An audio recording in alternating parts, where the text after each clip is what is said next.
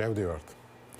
Მაშასე მოგესალმებით კიდევ ერთხელ. ამჯერად ეთერში გადაცემა პოლიტიკური სივრცე, მე ჟურნალისტი მერაბ მეტრეველი ვარ. წმინდა სინოდმა 3 საპატრიარქო კანდიდატი გამოარჩია, როგორც იცით, სინოდის გადაწყვეტილებით პატრიარქობის კანდიდატები იქნებიან საპატრიარქო ტახტის მოსახდრე მეუფე შიო მუჯირი, ურბნისისა და რუისის ეპარქიის მიტროპოლიტი იობი და ფოთისა და ხობის მიტროპოლიტი გრიგოლი.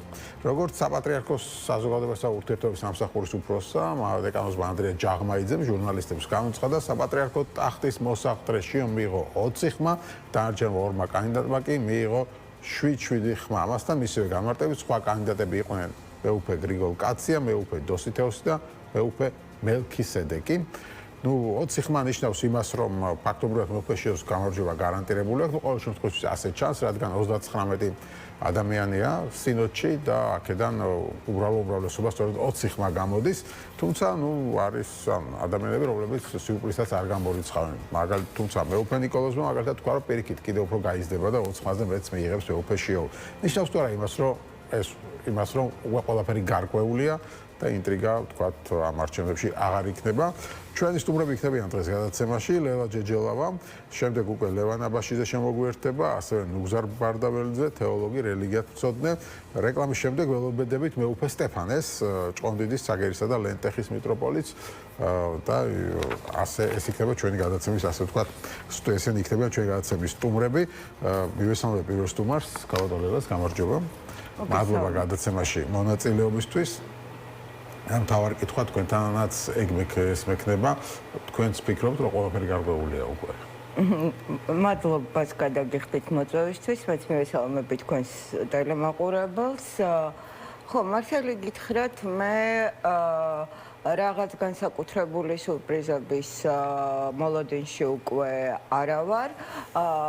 შესაძლებლობის პატარა ფანჯარა რასაკვირველია იყო დღევანდელ სინოდის ხტომაზე, რომ როგორც მე ვამბობ ხოლმე ამ ქვეყნის ბედი წაღმა შემოტრიალებული იყო, მაგრამ მადლობა წმინდა სინოდს იმისთვის, რომ მათ ეს შესაძლებლობა ამ ქვეყანას დააკარგინეს. რატომ ფიქრობთ ასე? რატომ ფიქრობ და ძალიან მარტივია მისი ახსნა, რატომ ფიქრობ ასე? აბა კარგად გადახედეთ მერაბ, ვინ ამჟღავნებდა გარდა ქართული საზოგადოებისა განსაკუთრებულ დაინტერესებას ქვეყნის გარედან, თუ ვინ იქნებოდა მომავალი პატრიარქი და ვიზე შეჩერდებოდა წმინდა სინოდი.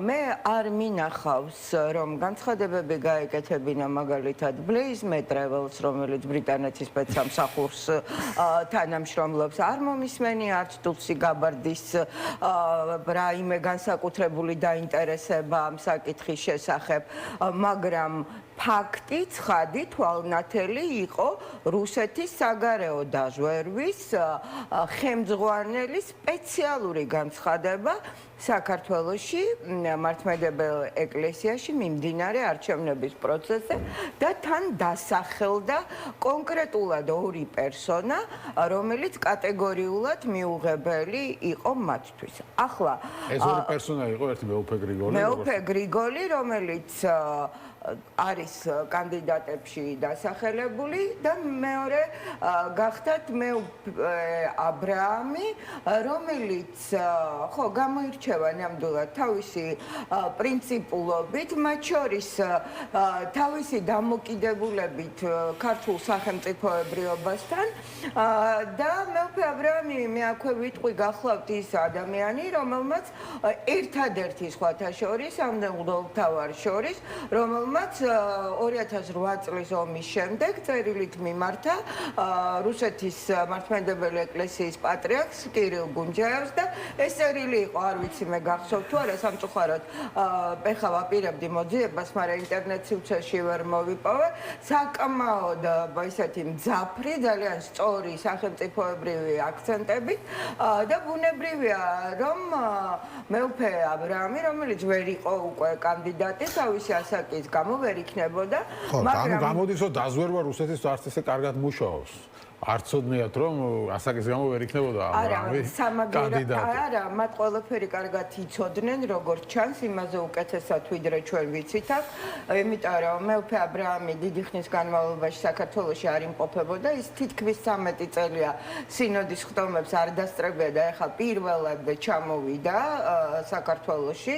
ის მოგეხსენებათ, რომ არის დასავლეთის ეპარქიის საქართველოს მართლმადიდებელი ეკლესიის დასავლეთის ეპარქიის ხელმძღვანელი და შესაბამისად დიახაც მისი ფაქტორი რასაკვირველია გასათვალისწინებელი იქნებოდა მან ეს გადასარევად როგორც ჩანს იცოდა და ასევე მეუფე გრიგოლ ბერბიჭაშვილი რომელიც პრინციპში ითვლება თანამოაზრედ, მეუფე აბრაამის გუნდის წარმომადგენლად ასე ითვლებოდა და მეუფე გრიგოლის საჯარო პოზიციებიც არ არის დამალული, მიუხედავად იმისა, რომ ის არ არის გამორჩეული განსაკუთრებული სიხისტით, სხვა მდელმთავრების მსგავსად, მაგრამ რბილად დიპლომატიურად ბოლო პერიოდში თითქმის ყოველთვის სწორ პოზიციაზე იყო. ეს იგულისხმება ხელისუფლების მიერ გატარებული ძალადობის ფაქტები საკუთარ მოქალაქეებზე. ეს არის უკრაინის ეკლესიასთან დამოკიდებულება, ეს არის მსოფლიო საპატრიარქოსთან დამოკიდებულება. ეს ორი განსაკუთრებული ეს არის ქვაკუთხედი, რომელიც რუსეთის მართლმადიდებელი ეკლესიისთვის არის უმნიშვნელოვანესი. უკრაინის ავტოკეფალიის ცნობა ერთი და მეორე ეს არის მსოფლიო საპატრიარქოსთან დამოკიდებულება. თქვენ იცით, რომ რუსეთის ეკლესიას ამ ეტაპზე მსოფლიო საპატრიარქოსთან ევქარისტიული კავშირი საერთოდ გაწყვეტილი აქვს. აქედან გამომდინარე და როდესაც ამას დაემატა არჩევნების წინა ღამე საერთოდ რუსეთის პატრიარქის კირილ გუნჯაევის განცხადება სწორედ ვისაც არ უნახავ შევახსენოთ რომ გუშინ გამოვიდა რუსეთის პატრიარქი, რომელმაც თქვა, რომ აი მაგალითად ბულგარეთშიც შეიცვალა პატრიარქიო, მაგრამ მას არ შეუძლია დამოკიდებულება უკრაინის საპატრიარქოს მიმართ. ამ საუბარია, რომ არ აღიარეს უკრაინის საპატრიარქოს ავტოკეფალია და იმედი მაქვს, რომ საქართველოშიც ახალი პატრიარქი არ შეცვლის გადაწყვეტილებას. მათთვის მნიშვნელოვანი იყო, რომ ყოფილიყო სწორედ ისეთი პატრიარქი, რომელიც ამ ორი მიმართულებით რუსეთის საწინააღმდეგო ნაბიჯებს არ გადადგამდა. მე არ ვიტყვი არავისთვის სიახლეს და არ ვიტყვი არაფერს განსაკუთრებულს, თუ რუსეთის სახელმწიფო პოლიტიკისათვის მართლმადიდებლობა არის გეოპოლიტიკური გავლენების ყველაზე ერთ-ერთი მნიშვნელოვანი ბერკეტი, რომელსაც ის ძალიან აქტიურად იყენებდა ყოველთვის და უნდა გითხრათ, რომ დღეს რეალურად ჩვენ მივიღეთ და სახეზე გვაქვს ჩვენივრად ჩემი სუბიექტური აზრით, ჩვენივრად შესრულებული სპეცოპერაცია, როდესაც თავისუფლად შეუძლია უპატაკონ ნარიშკინს, ანუ საგარეო დაზვერვის უფროს, რომ იყავით მშვიდად საქართველოს კვლავ რუსეთისა. აი დაახლოებით ეს მივიღეთ ამ მონაცემებით, რაც გვაქვს, იმიტომ რომ საქართველოს საქმერაში ახლა მე აუცილებლად მინდა ვთქვა ერთი რამე. არანაირი პერსონალური დამოკიდებულება არ მაქვს ყველაზე რეალური უკვე კანდიდატისთვის, როგორც რუსები იტყვიან ბესპიწიმინუს პატრიარქისთვის, პატრიარქისადმი, შიო მუჯირისადმი, აბსოლუტურად არანაირი. პირიქით, თუმცა მაინც ფიქრობთ, რომ ეს რუსეთის გამარჯვება როგორც მე რას ფიქრობ, მაგას არ აქვს მნიშვნელობა. მე ჩემთვის მნიშვნელობა აქვს, რას გვეუბნებიან ფაქტები. თორე მე რას ვფიქრობ, აბსოლუტურად არანაირი მნიშვნელობა არ აქვს, არც ტელემაყურებლისთვის, არც ქვეყნისთვის, არც ეკლესიისთვის და მათ შორის არც ჯერ კიდევ მოსაყდრე შიო მუჯირისთვის.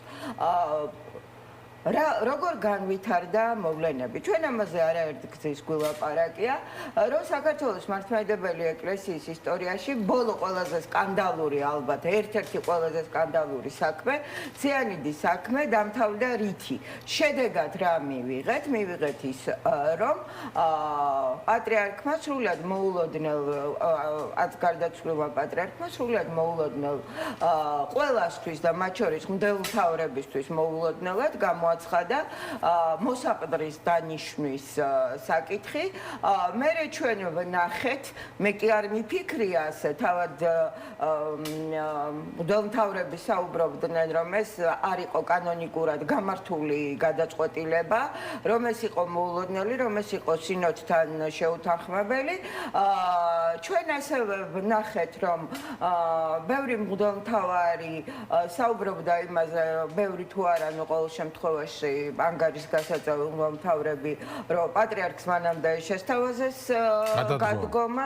ხო, ეს ძალიან საინტერესო იყო, ხა ბატონი ჩხარტიშვილი მოვიდაო, მეუფე იაკობი ამბობდა, ვის არ ახსოვს, რამდენიმე წლის წინ და შესთავაზა გადადგომა. ხო არ დაისვენებდით? ხო არ დაისვენებდით. ხა ჩხარტიშვილი ამას თავისით ვერ გაბედავდა, ხვდებით, ხო? ახლა ის ალბათ ვიღაცის დავალებას ასრულებდა და ვის დავალებას გასაგებია. უნდა გითხრა, არ ვიცი, იტყვიან თუ არა ახლა საჯაროდ კვლავ მეუფეები, მაგრამ ამ 40 დღის განმავლობაში, სანამდე ეს მოსამზადებელი პროცესი მიდიოდა, კვლავ ფიგურირებს ამ ბატონის სახელი და გვარი ეკლესიასთან მიმართებაში, როგორც კვლავ ცდილობდა ჩარევა ჩხარტიშვილი. როგორც ამბობენ, სწორედ ის იყო, ვინც ეპარქია დაიარებოდა და უბრალოდ ეჭვ გვაქვს გარკვეული ძღვენით, ხო.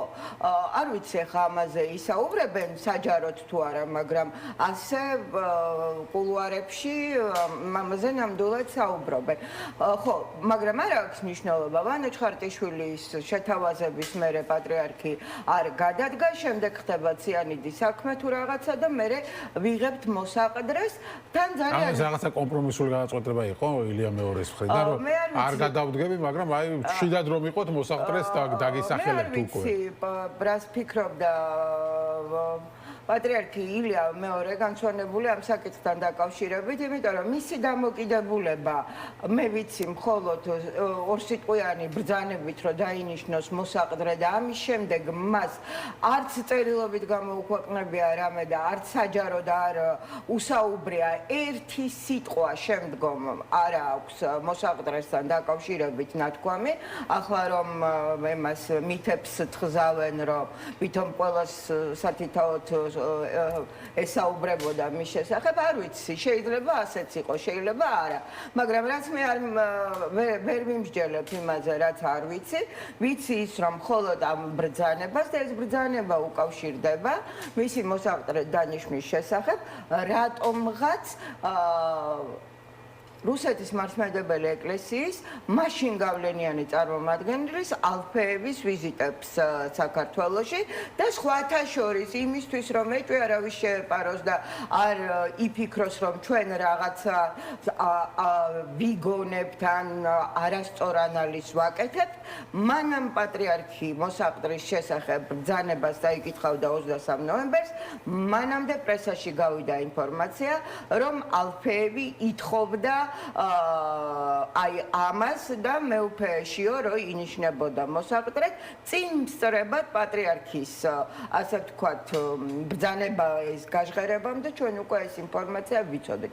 ამიტომ მე კი არ ვამბობ მეუფეშიოს რუსეთთან კავშირის შესახებ რამეს გარდა იმისა რომ ის რეალურად იახსწავლობდა რუსეთში, ის დიახ მოღვაწეობდა რუსეთში და ეს ფაქტია. ფაქტია ასევე ის, რომ გაჩნდა ინფორმაცია, რომ რუსეთის ეკლესიის წარმომადგენელი ითხოვდა რომ შიო გამხდარიყო მუჯირი მოსაყდრე, ანუ და ამის შემდეგ ძალიან მალე პრაქტიკულად რაც ეს ინფორმაცია პრესაში გავიდა, პატრიარქის მიერ გაცხადებული ეს ნება ჩვენ ნება თუ რა ვიცი რა ერქვა გადაწყვეტილება, ნუ ჩვენ ვიხილეთ. ამიტომ მეუფე შიოს რუსეთთან კავშირებზე ჩემ და სამწუხაროდ ლაპარაკობს მეუფე შიოს ბიოგრაფია და ის ფაქტები, რაც წინ უსწრებდა იმ ყველაფერს, ვიდრე მას პატრიარქი დაასახელებდა მოსაყდრად. დასახელების შემდეგ ჩვენ პატრიარქისგან ვერავინ ვერ მოიტანს ერთ ფრაზას, ერთ წინადადებას, საჯაროდ თქმულს, რომელიც მას მეუფე შიოსთან დაკავშირებით უთქვამს. უბრალოდ ეხლა სხვა რომ არაფერი ძალიან რთული მისახვედრი არ არის, რომ მას რომ მეტი რამის თქმა ნდომებოდა, მას რომ მემკვიდრედ გამოცხადება ნდომებოდა და არა მოსაყდრედ რა ფუნქციებიც მოსაყდრეს აქვს, ის როგორღაც ამას მოახერხებდა, მაგრამ ეხლა კიდევ ერთხელ ეს არ მოხდა. ამიტომ ახლა ის რომ ის აი ამ 40 დღის განმავლობაში მთელი სახელისუფლებო პროპაგანდა მუშაობდა იმაზე, რომ პატრიარქის ნება იყო მეუფე შიოს აღსაყდრება შემდგომში, ხო და რომ პატრიარქის ნება უნდა შესრულდეს და ახსოვთ ხა ერთ-ერთი თავარი პროპაგანდისტი უცნობი გამოვიდა და მოღალატები ეძახა ყველას, ვინ მოღალატები იქნებით, ვინც შიოს ხმას არ მისცემს.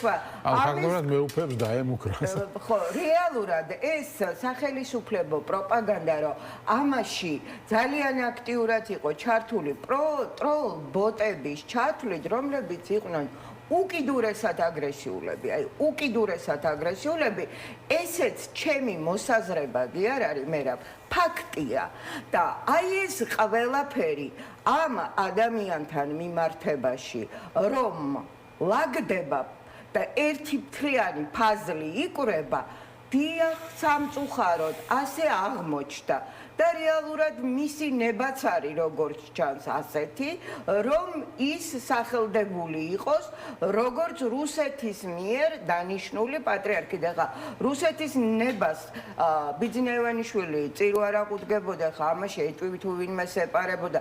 ბიძინა ივანიშვილისთვის რეალურად მნიშვნელობა არ აქვს, შიო იქნებოდა თუ სხვა რომელიმე იქნებოდა, მას გადასარევი ბერკეტები აქვს ხელში იმისთვის, რომ საპატრიარქო დაიმორჩილოს ისე როგორც უნდა. და ამას აკეთებს კიდეც ამდენი ხნის განმავლობაში, რასაც ვხედავთ. რა ბერკეტებზე საუბრობ? ფინანსურზე? არა მარტო ფინანსური ბერკეტები, კაცო, მთელი სახელმწიფო მანქანა დგას მის უკან, თავისი მოსმენებიანა, აგერ სუსის ყოფილმა და ამჯერად უპორტფელო კოორდინატორმა, როგორც გვითხრა, თურმე 30 ჯერ გაზარდა, რაც იქ მივიდა მოსმენები და ახლა ნუ რა ვიცი მე კრებსებში კი გამოგვიფინეს მათი პირადი ცხოვრება, ინტერესები, რუსეთთან კავშირები და ასე შემდეგ და შემდეგ და ახლა იმ კრებსებიდან იმდენი რამე ვიცოდით, რომ ჩვენ ყველა შეგვეცლო წინასწარ დაგვეთვალა, ვის მიცემდა ხმას და ზუსტად ასე მოხდა რეალურად პრინციპში, ვინც აი ესე მეტნაკლებად ჩახედული ადამიანებისთვის ეჭვმიტანილი იყო იმაში, რომ კომპრომატებით საბჭოთა პერიოდში შეიძლებოდა ყოფილიყო, ასე ვთქვათ, გადაბირებული სათანამშრომლოდ, ხმები დღეს რო განაწილდა და როგორც მოხდა, ნუ აი კითხვის ნიშნები ჩემთვის აღარ დგას უკვე, სიმართლე გითხრათ, ვინ რა როლი ვინ მისცა ხმა არ ვიცით, ხო ხა კენჭისყა ფარული იყო. ხო, ვიცით რა 38 კაცში რამე შენარჩუნდეს, ეგ არის გამორიცხული ამბავი. ვიცით დაახლოებით რა მოხდა და ისიც ვიცით, ვინ მოიქცა ტიპიური საბჭოთა აგენტივით. აი ზუსტად ვიცით, ვინ მოიქცა და მოვადრო. რას ნიშნავს ტიპიური საბჭოთა აგენტივი? როგორც იქცევიან ტიპიური საბჭოთა უშიშროების მიერ დავერბელკებული აგენტები, სიმართლე თუ გინდათ. ხო, მაგრამ რა გააკეთა? პირობები დაარღვიეს, გატეხეს, ხელი რო ჩამოართვეს და შესვლამდე რო ერთი თქვეს, იქ სხვა გააკეთეს და ასე შემდეგ და შემდეგ. ანუ სხვა სპირდებოდა ხმას და სხვა რასაკვირველია რაღაცა გაურკვეველი თამაში ითამაშ ნუ მოკლედ არ აქვს ამას მნიშვნელობა იმიტომ დავიწყე მე ამით რომ ჩატარდა სპეცოპერაცია საკმაოდ კარგად გათვლილი კომბინაციით დაუშვათ კიდევ ერთხელ ვამბობ ჩემთვის შანსი დღეს რომ ამ ქვეყნის ბედი წაღმად შემოტრიალებულიყო იყო სამწუხაროდ ეს ამ ეტაპზე ეს შანსი ჩვენ ხელიდან გავუშვით საპატრიარქოს ამის რა ის აქვს საპატრიარქოს რა ბერკეტია საპატრიარქოს შემოატრიალდა რას ამბობთ მენტალური ოკუპაცია თუ დასრულდებოდა საქართველოში ეს იქნებოდა ჯერ ყველაზე დიდი გამარჯვება აი ეს შანსი აქვს თორე ჩემთვის არც ერთი სახელოს და გვარს მნიშვნელობა არ აქვს გარდა იმისა რომ აი ნარიშკინის მიერ დაწუნებული ისა რა ქვია მეუფე გრიგოლ ბერბიჭაშვილი არის დიდი ხანია განათლების სფეროს კურირებს და საპატრიარქოშიც და თავის ეპარქიაშიც ეს ძალიან კარგად აქვს ეს საკითხი მოგვარებული მანე ერთ-ერთი გამორჩეული, ასე ვთქვათ, თეოლოგიური უნივერსიტეტი გააკეთა ეპარქიაში, ფოთში. მას აქვს ძალიან კარგი კავშირები დაუშვათ მთელი მართლმადიდებლური სამყაროს თეოლოგიურ წრეებთან, არის მუდმივად დიალოგში, არის მუდმივად კონსულტაციებში ჩართული და რადგან მიმაჩნია, რომ გარდა დაუშვათ იმ საბჭოთა რასაც ლაპარაკობ კუდებისა, რომელიც მოსდევს ამის გარდა კიდევ ძალიან დიდი პრობლემა ამ ქვეყნისთვის და ეკლესიისთვის განათლების პრობლემა და განსაკუთრებით ეკლესიაში ხა კი ჩამოირიგეს იქ თეოლოგიის დოქტორების ხარისხები, მაგრამ ნუ მაპატია ჩემო ძვირფასო თეოლოგიის დოქტორებო, ვინც მიიღეთ ის და იმიტომ ვცემ მეუფე ისაიას კიდე გამორჩეულად დიდ პატივს, რომლის განათლების საკითხი გახდა განხილვის და ემის რა ქვია თემა რომ მან არ იკადრა სხვაებივით ის რომ დაუწერელ დისერტაციებში აეღოთ თეოლოგიის დოქტორის ხარისხი რაც გააკეთეს მისმა კოლეგებმა სხვათა შორის და არა ერთმა დაუწერელ დისერტაციებში ასე რომ კიდევ ერთხელ მინდა აქედან ჩემი პატივისცემა დაუდასტურო მას და ზოგის დისერტაცია კიდე ისეთია და ისეთი პრობლემურია პლაგიატის გამო რომ მე არ ვიცი ახლა უნდა ჩაუღრმავდე კარგად, იმიტომ რომ ორივე ნაშრომი საჯაროა და თუ იმ ავტორმა არ ამოიღო ხმა, გამოჩნდებიან ისეთებიც, რომლებიც ამაზე საუბარს მოინდომებენ ალბათ მერე და რაც არ არის კეთილსინდისიერი საქციელი, სხვის განათლებაზე ლაპარაკობდე და საკუთარი ამხელა პრობლემა გქონდეს. ძალიან სერიოზული პრობლემა. განათლების თემა კიდე ერთი თემა იყო, მაგრამ ძალიან სადავო თემა იყო ასაკის საკითხი, ხო? მეუფე დანიელის შემთხვევაში, რატომღაც ისეთი ინტერპრეტაცია მიაღწიეს, რომ 70-ზე მეტის არ უნდა იყოსო, ნიშნავდა, რომ 70-ზე ერთი დღე თუ გადაცდები, ანუ აი აქედან 71 წლის ხო არ ხარ და პირადად უთხრა, იმიტომ რომ ჩემი მასთან დიდი ხნის ნაცნობობა და ურთიერთობა მაძლევს ამის საშუალებას ძალიან ნაწყენი ვარ მეუფე დანიელზე და რატომ მე ამას პირადად რო შევხვდები აუცილებლად ვეტყვი, მაგრამ რაც შეეხება მის ასაკს, ჩემთვის გაუგებარია. გარკვევით ეწერა, პემაში რა ქვია, დებულებაში არაუმეტეს 70-ის. 70-ზე ერთით მეტი არის 71. და არა ერთი დღე, ხო? და არა ერთი დღე. ამიტომ ამ საკითხის საერთოდ განხილვა რატომ გახდა საჭირო ვერ გავიგე მართლა არ მესმის ფეხბურთის ნაკრებისთვის ხო არ ირჩევდნენ ფეხბურთელს რომ დღეებს ფიზიკური მომზადებისთვის ან რომელ ასაკიანებში დააყენებდნენ მნიშვნელობა ქონოდა მაგისთვის არა ირჩევდნენ საქართველოს პატრიარქობის კანდიდატს და რა ახირება იყო ეს ასაკი როდესაც იყო ალბათ რაღაც გათხოვა. ან ეშინოდათ გამოდის ამ კანდიდატის თუ რა. ხო, ნუ არ იყო ეხლა ეგ შესვლამდე ძალიან ისეთი მკაცრი განცხადება გააკეთა ანდრია ჯაღმაიძე, რომ მე მათემატიკოსი ვარო და ვიცი რომ 70-ზე ერთი დღით რო გადაცდება უკვე არ არის 70. მაგაზე ნაკლები მათემატიკოსი არ არის მეუფე იაკობის სხვათა შორის, რო გითხრათ სიმართლე. და შეიძლება უფრო ბევრად ისეთი გახსნილი გონითაც, მაგრამ ნუ რა ვიცი ხა, არ ამგონია რომ ეგ საკითხი სადავო ყოფილიყო. რა სითვლიდა რა არა უმეტეს რა არის მეტობა და ნაკლებობა ჩვენც გვისწავლია მესამე კლასის მათემატიკაში. რა თუნდა მის ჯაღმაიძის მათემატიკოსობა ამას ახლა. მეტი და ნაკლები ჩვენ ვიცით. ნახოთ როგორ გამვითარდება მოვლენები. მადლობა დიდი გადაცემაში სტუმრობისთვის. ჩვენ მოგასმენინებთ კიდევ სხვა მოსაზრებებს. ეს იყო ლელა ჯეჯელავა, ლევან აბაშიძე თეოლოგიდან, უგზარ ბარდაველიძე რელიგიათ მცოდნე შემოგვიერთებიან და შემდეგ როგორც გითხარით რეკლამის შემდეგ უკვე ველოდებით მეუფე სტეფანეს ჭყონდიდის ცაგერისა და ლენტეხის მიტროპოლიტს და სწორედ ის გვეტყვის კონკრეტულად რა ხდებოდა სინოდზე, როგორ მიიღეს ეს გადაწყვეტილება, საინტერესო ეთერი გელოდებათ რეკლამის შემდეგ, მანამდე კი კიდევ ერთხელ შეგახსენებთ, რომ წმინდა სინოდმა 3 საპატრიარქო კანდიდატი გამოარჩია სინოდის გადაწყვეტილებით. პატრიარქობის კანდიდატები იქნებიან საპატრიარქო ტახტის მოსახლე მეუფე შიო, მუჯრი უბნისისა და რუისის ეპარქიის მიტროპოლიტი იობ აკიაშვილი და ფოთისა და ხვაბის მიტროპოლიტი გრიგოლ ბერბიჭაშვილი და როგორც ანდრია ჯაღმაიძემ თქვა, მეუფე შიო მიიღო 20 ხმა და ორმა კანდიდატმა მიიღო 7 ხმა, დანარჩენი ხმები კი გადანაწილდა ისეთ კანდიდატებზე, რომლებიც სამეულში ვერ მოხვდნენ. ესენი ვინც სამეულში ვერ მოხვდა, ასეთი კანდიდატები იყვნენ მეუფე გრიგოლ კაცია და მეუფე დოსითეოსი და ასევე მეუფე ველქისედეკი. მოკლედ რომ ვთქვათ, ასეთი არის შედეგი ამ არჩევნების. საბოლოო ჯამში მე კიდევ ერთხელ შეგახსენებთ, რომ 20 ხმა ნიშნავს იმას, რომ მეუფე შიოს ამ შედეგით უკვე გარანტირებული აქვს პატრიარქობა, რადგან სწორედ მინიმუმ 20 ხმა არის საჭირო. ამისთვის ანუ 50% პლუს 1, 39, ასე ვთქვათ, მღვდელმთავარი არის. როგორც იცით, სინოდში ამ ეტაპისთვის სულ 44-ია მე მგონი, მაგრამ დანარჩენები გარდაცვლილები არიან და არ არიან ამ ეტაპზე, ასე ვთქვათ, ახალი მეუფეები გამორჩეულები, შესაბამისად 34 ადამიანი 34-მა წევრმა სინოდის უნდა გადაწყვიტოს მომავალი პატრიარქის ბედი და 39-მა უკაცრავად და უმრავლესობა გამოდის 20 ხმა.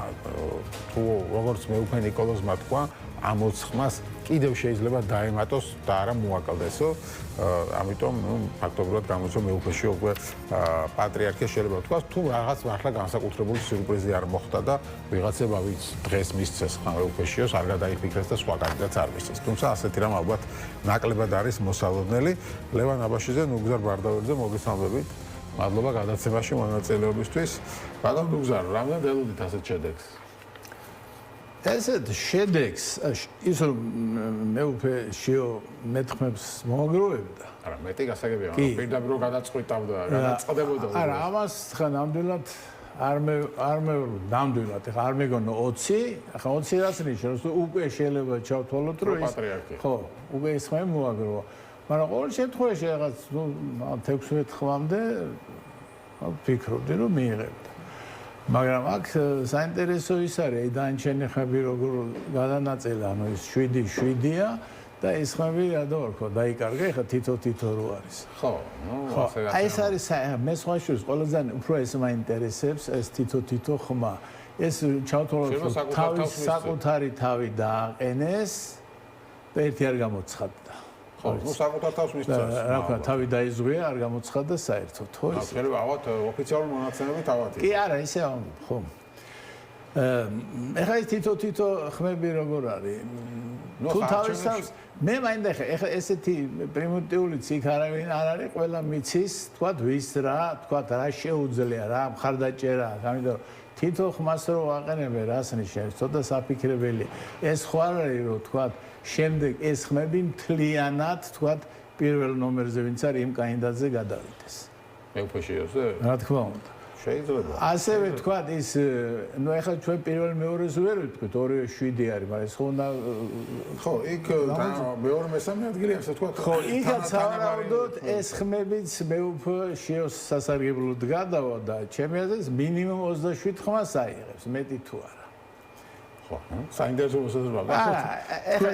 ეხლა ჩვენ ხო ძალიან კარგად ვიცით ჩვენი ხალხის ფსიქოლოგია საერთოდ რა როგორ როცა უკვე წინასწარ ამჩნევენ ვინ იქნება გამარჯვებული უკვე ყველა მის მხარეს გადადის თან ისე საჯაროდ რო აცხადებენ აი მე მხარს გიჭე აი ესე სურათი იქნება შეიძლება ეგ მოხდეს საერთოდ ბატონო თქვენ უნდა ეთანხმებით ამ მოსაზრებას და რას ფიქრობთ დღევანდელ კენჭის პრას რა უნდა თქვა ახალი არ ვიცი თან ველოდებოდით ამას თან ასეთ უპირატესობას ალბათ არ ველოდით მე ვგავთ იმის თქმა მინდა რომ ეს თქმულა არაერთმა ეპისკოპოსმა თქვა რომ რასაკვირველია პატრიარქს არ დაუტოვებია ესეთი ანდერძი და არც დატოვებდა რომ მე უფეშიო უნდა გახდეს პატრიარქი ჩემს მერეო ესეთი რამე არც უთქვამს და არც იტყოდა მაგრამ თავისთავად ის რომ მან გამოარჩია ჯერ კიდე 17 წელს თუ 18 წელს მეუფეშიო როგორც მოსაყდრე ამას რასაკვირველია ეს გაითვალისწინეს ალბათ ნაწილმა ყოველ შემთხვევაში ამ 20 არა ფორმალური ანდერძი ხო არა მისი აზრი მისი გადაწყვეტილება იმიტომ რომ თავის დროზე ეს ძალიან მოულოდნელი იყო ცით არავინ, აი მე ყოველ შემთხვევაში ჩემი აზრით არავინ არ ელოდა რომ ჯერ ერთი მოსაყდრეს დანიშნავდა და მეორე რომ შიოს. იმიტომ რომ შიო იყო სრულიად მაშინ ახალგაზრდა, სრულიად რა ვიცი, არაფრით არ გამორჩეული არ იყო. რით აიხსნება ეს? ну თვითონ ამბობენ რაღაც გადმოცემით ამბობენ რომ მას რაღაც ქონდა ეს რაღაც თქვა წმინდა გიორგის ახსენებდა რომ აი წმინდა გიორგის რაღაცნაირად გამოცხადება თუ რაღაც. ხო, ეს უთქვამთ, არაერთს უთქვამთ. თუმცა, როგორც ჩვენ წინასწარმეტყველიც ამბობდა და მასთან ერთად ვიხსენებდით, ამას წინ უძღოდა რამდენიმე დრამატული მოვლენა. ერთი როგორც მეუფე იაკობა თქვა, ვანო ჩხარტაშვილის ვიზიტი, რომელმაც გადადგომა მოთხოვა პატრიარქს. მერე იყო ციანიდის სკანდალი და ალფეევის ვიზიტი რუსეთიდან და ამ ყველაფერმა ერთა ეს სამი მოვლენის მერე მოხდა ეს ამბავი. ხო, საერთოდ ხა მიზეზ შედეგობრივი ეს კავშირები ჩვენ ზუსტად არ ვიცით. ყოველ შემთხვევაში იცით რა ჩვენ ახლა ვეხებით ისეთ საკითხებს თქვათ ქრისტიანობა და ქრისტიანობაში არის რომ გამოუკვლებელია როგორც პავლე მოციქულს თქვა უფლის გზები გამოუკვლებელია და ეხლა როდესაც საჭეთრობელია ეკლესიის იმისი გადაწყვეტილებაც გარკვეული აზრით გამოუკვლებელია გარკვეული აზრით ხო რატო მოხდა როგორ მოხდა ეს და განსაზღვრელი მაინც ეს იყო პატრიარქის არჩევანი აი ის არჩევანი 8 წლის წინანდელი ჩემი აზრით რატო გამოარჩია ხო რატო როგორ გამოარჩია რატო რაღაც პატარა ესეთი დაჯგუფებები იყო და იქ არც ერთთან არ მოიაზრება და უფრო ნეიტრალური იყო და მე ვიცით რა არის ეს მაინც 8 წელი ახლა თავიდან ესე იგი ყოფილიყო მაშინ მაგრამ ეს 8 წლის განმავლობაში რაღაცნაირად უკვე რა ვიცი ყველა შეეგუა რაღაცნაირი ეს მოხდა ეს რაღაც სოციალიზაცია თქვა აი გაცნობა მისი ამ როლში და ასე ვთქვათ, ალბათ სხვა სინოდის სხვა წევრებმაც ალბათ უკეთ გაიცნეს ის და ხო, დიდი დროა 9 წელი. ხო, კი, მაგრამ თუ არჩევნების წინ ძალიან ისეთი განსხვავებული მოსაზრებები ვრცელდებოდა, ხო, საუბარი იყო იმ შესახებ, რომ ასეთი მხარდაჭერა არ ექნებოდა. იყო, მაგრამ ჩანს თქვათ, მიდიოდა დიდი მუშაობა იქ. ინდივიდუალურად ყველა წევრთან დარწმუნების საშუალება. როგორც ჩემმა წინასწარ თქვა, ბატონი ჩხარტაშვილი კვლავ აქტიურად იყო ამ ამბებში ჩართული. ну არ ვიცი შეიძლება მაგრამ ну რატო მარტო ჩხარტაშვილი შეიძლება სხვაებიცილო შეიძლება ხო ეგ ვიზეს კონტა ქალბატონელას ინფორმაცია იქ ისე აცხადებდი რომ ჩვენ არ დავუშვებთ არანაირ ჩარევებსო და ეხა ცოტა მეკვირს ჩხარტაშვილი როგორი იყო ჩარეული ნუ ხა ინდივიდუალური მუშაობა კიდე სხვა თემაა, ასე ვთქვათ, ხო, ინდივიდებთან ასე ცალკე მუშაობა და ასე დარწმუნება, ნუ ფაქტია ხა ეს მოხერხდა, რამდენად თქვენი აზრით ქონდა გავლენა იმას, რომ მაგალითად რაღაც ასაკის გამო ერთ-ერთი ისეთი კანდიდატი მეუფე დანიელმა კანდიდატმა ვერ მიიღო მონაწილეობა და რამდენად ეთანხმებით ამ გადაწყვეტილებას, რომ 70-ზე მეტი ნიშნავს, რომ აი 70-ს ერთი დღით თუ გადაცდი, უკვე 70 წლის აღარ ახარ, თუ არ ვიცი რას ნიშნავს. ნუ ახლა ბუღალტერიაში თუ ავიღოთ მათემატიკურად 1/1000-ს თუ გადავიდა, წლევა არა, მეგობრებო მაინტერესებს, მართლა ეს კითხვა დავსვირო თქვა, აი რო გახდა 70, სანამ 71-ის გახდება. ხო, 70-ის ის ოფიციალურად, აი როგორ ითვლება, რამდენი წლის არის? ეს არის სწორედ იმ ჩანაწერის ინტერპრეტაცია. მე ხა არ ვიცი როგორ მოხდა, თქვათ, ითქვა რომ მას არ აქვს უფლება მონაწილეობის თუ არა. მაგრამ მე იცით რის თქმა მინდა, რომ აი გამოკვეთილი სხვა კანდიდატი არ არის.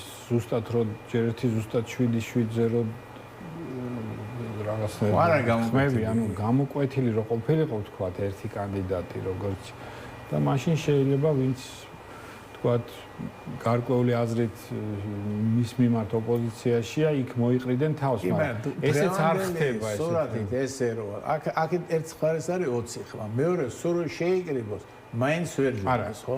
ეს გასაგებია, მაგრამ მე იმას ვამბობ, რომ იმ თავითვე არ ყოფილა რომელიმე სხვა გამოკვეთილი კანდიდატი. მართალია. კი ბატონო, ხო, სულ რამდენიმე წუთის წინ გამოქვეყნდა განჩინება სინოდის. საკმაოდ დიდი ტექსტი არ ვიცი, ხა ბოლომდე ალბათ არ დავიკითხო, მაგრამ თავად წერებს ავიკითხავ. ოქვის თანახმად ოქვი გამოქვეყნდა, ხო, საპატრიარქო კანდიდატების შორის ხმების შემდეგნაირად გადანაწილდა საპატრიარქო ტახტის მოსახლე, ნუ ეს ვიცით უკვე 20 ხმა, 7 მეუფე გრიგოლი, 7 ასე ვთქვათ, იო ბაქიაშვილი, მარგვესის და უბისის ეპისკოპოსი მელქისედეკ ხაჩიძე 0 ხმა. ანუ საკუთარ თავსაც არ მისცა, როგორც ჩანს. ბელგიისა და ჰოლანდიის ეპისკოპოსი დოსით ბოგვერიძე 1 ხმა და წალკელი ეპისკოპოსი გრიგოლ კაცი 2 ხმა. ანუ როგორც ჩანს დოსითეოსმა თავისი ხმა კაციას მისცა და საკუთარ თავს არ მისცა. ნუ სავარაუდოდ. ერთ ბიულეტენზე არც ერთი კანდიდატის სახელი არ დაფიქსირდა, ამიტომ ის ბათილად იქნა მიჩნეული.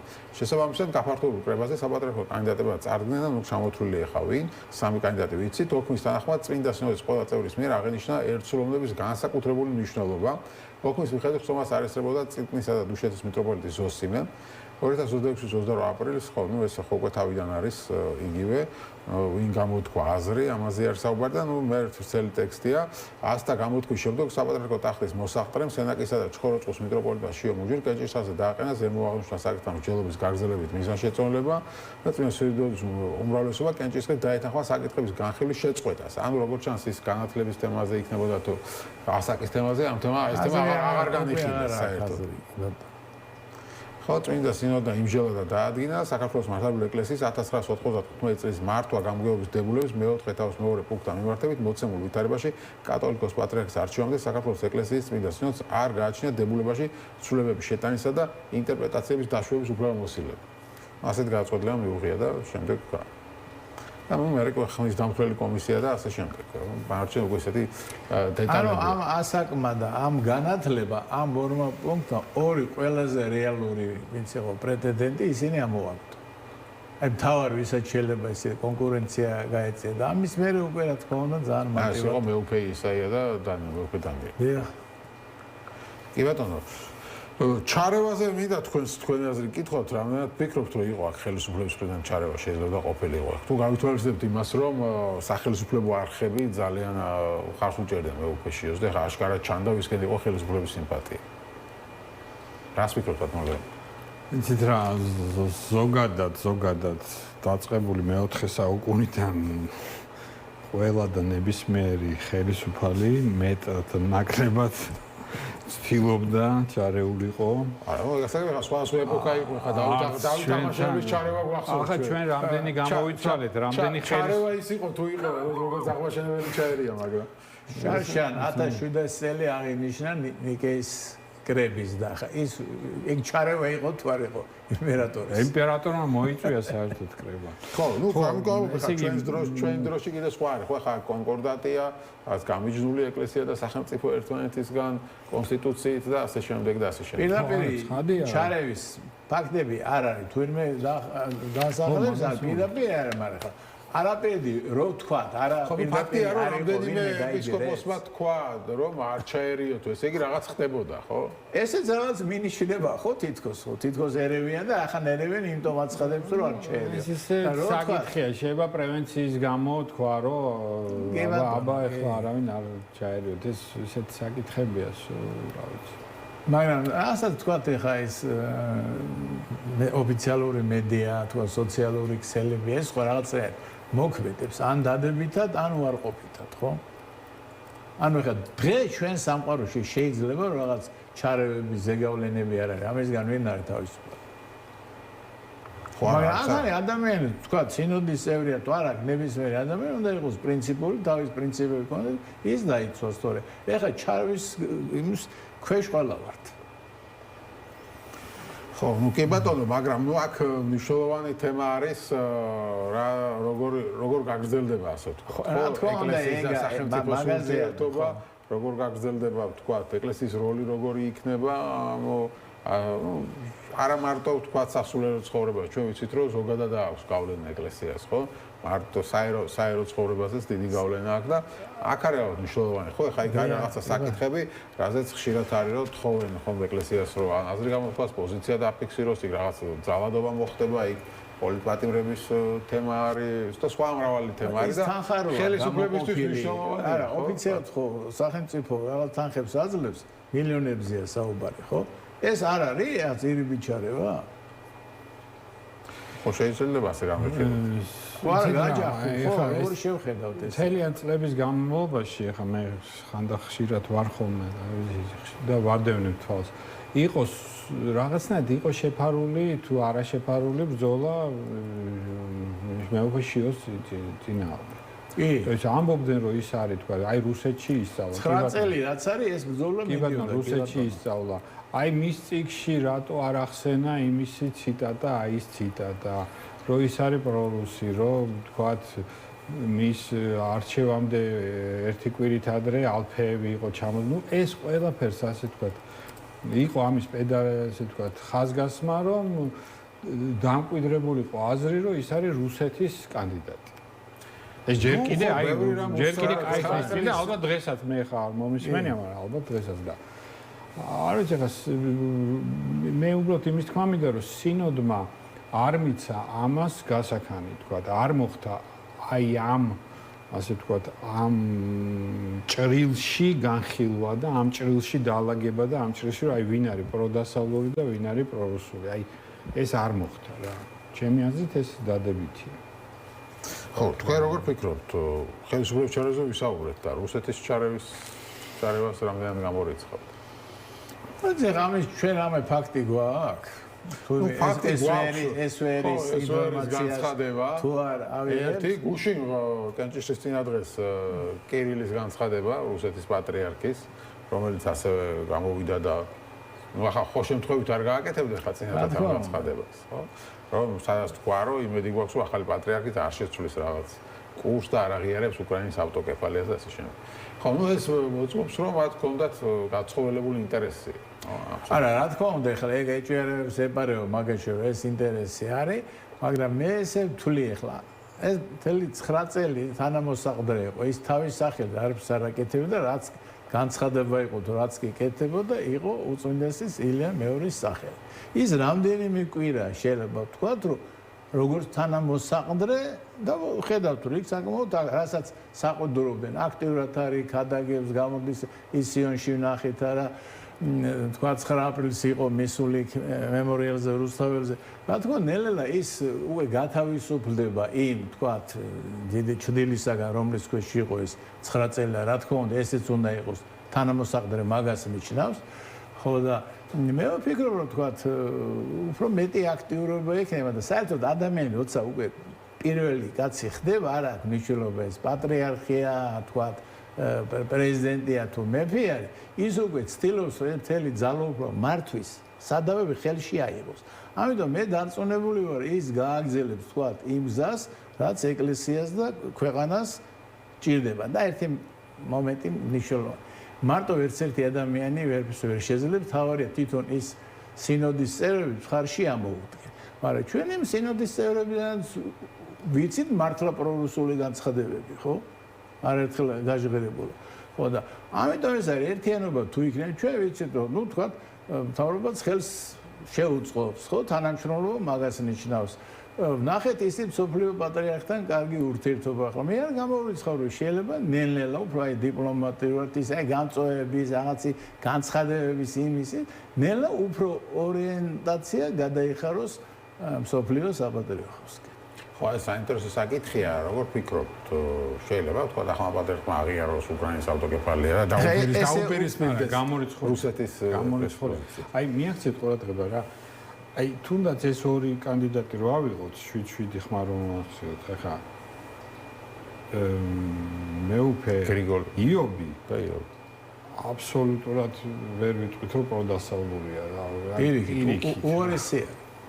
ესე იგი აი უკრაინის რაც შეეხება აი უკრაინის საკითხი რომელიც ესეთი რაღაცნაირად ლაკმუსის ქაღალდივით არის ხო იმიტომ რომ სოფლიო პატრიარქი მისცა ეს ტომოსი და მხარს უჭერს და რუსეთის ასტიკი წინააღმდეგია ხო ამ საკითხზე უდიდესი უმრავლესობა სინოდის აი უდიდესი უმრავლესობა არის წინააღმდეგი რომ საქართველოს ეკლესიამ ეს ცნოს აქ არ არის არანაირი მე და მგონია რომ შევა მეუფეში უფრო მომხრე იყოს ამ დასავლეთთან ურთიერთობას ვინდა ვინც არიან ახლა ეს მდელმთავრების აი როც ბატონო თუმცა მეუფე გრიგოლი მათ შორის ყველაზე პროდასავლური მეუფე გრიგოლი შეიძლება ითქვას კი ხო ანუ ამ ისეთი ის არის ცით რა პროდასავლური პროვესა საერთოდ ეკლესია შედარებით უფრო კონსერვატულია ზოგადად ეს თქვა მართლმადიდებელი ეკლესია ზოგადად უფრო კონსერვატულია ვიდრე ლიბერალური, ხო? აი ამ ლიბერალიზმის ესეთი თანამედროვე მემარცხენე გაგებით და ისე რომ ვიცი, ჩემი აზრით. ხო, ну ეს გასაგებია, მაგრამ ეს კონსერვატიზმი მაინც რუსეთთან რატო ასოცირდება? არა, უცებ ვერ მოხდება. თანადობით მე მაინც იმედი მაქვს, რომ ნელ-ნელა თანდათანობით საქმე ალბათ უფრო დასავლეთისკენ გადაიხება.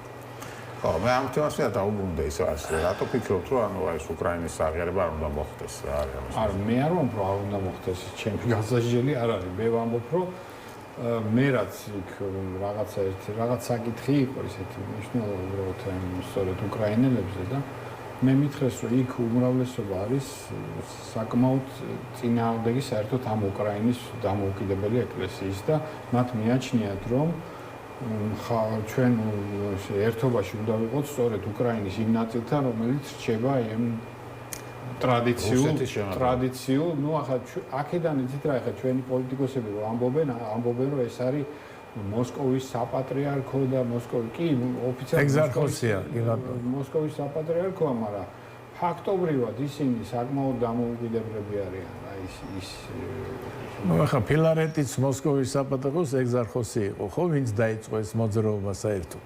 უკრაინის საერთოდ შეიძლება გამختارიყო მოსკოვის პატრიარქი. რუსეთის იქ რო ვერ გახდა, მე რეალური კანდიდატი იქ რამდენი ხმა დააკვდა. იქ რო ვერ გახდა, მე დაიწყო თქვა და იქ რო გამختارიყო იქნება ეს ყველაფერი, მაგრამ თქვენ რას ფიქრობთ? ну ახლა თუ ავიღეთ საერთოდ კანონიკით უკრაინა არის დამოუკიდებელი სახელმწიფო. მართლმადიდებლური წესრიგით როგორც არის, თქვა დამოუკიდებელი სახელმწიფოს ეკუთვნის რომ იყოს ავტოკეფალური, ხო? სოფლიო პატრიარქმაც მისცა. იქ თქვა ქვეყნის მეთაურის და რაღაც ნაწილი ხა მთლიანობაში უკრაინას ვერ ვიტყვით ერთიანი, იქ აღმოსავლეთ უკრაინა, იქ უკრაინული სწავლა მგონი ახლა დაიწყეს და ზოგი ახლაც არ სწავლობს. ანუ იქაც არის, ხო, ეს ცენტრალური უკრაინა, არა დნეპრისპირეთის დასავლეთ უკრაინა, ხო? როგორ უნდა იყოს თქვენი აზრით, გასმენდეთ? ჩვენი ეკლესიის პოზიცია ესე ვხედავ, რომ შეიძლება ზოგს გულისხმობაში კიდეც უნდა, მაგრამ საერთო სიტუაციიდან გამომდინარე ვთხილობენ, რომ არ გამოიწვიოს რუსეთის განრისხება და მთლიანად უკვე კანონ ლეგიტიმურადაც აფხაზეთი არ მიიტაცოს. გასაგებია, მადლობა დიდი. აი ამაზეა საუბარი. გასაკვირველია ხა რუსეთის ეკლესიასთან საქმე ესე იგი გაფუჭება. იცით რა, აი სულ ყველაფერს თავი დავანებოთ, რა სულ ყველაფერს თავი დავანებოთ.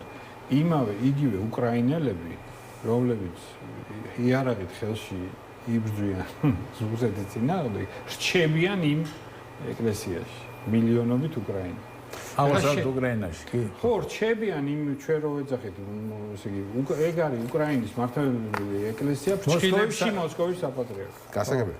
მადლობა დიდი ლევან აბაშიძე, ნუგზარ ბარდაველიძე იყვნენ ჩვენი სტუმრები. ჩვენ გვექნება რეკლამა და რეკლამის შემდეგ მეუფე სტეფანე ჭყონდიდის და ცაგერის და ლენტეხის მიტროპოლიტის შემოგვიერთებ, ასე რომ დაგველოდეთ.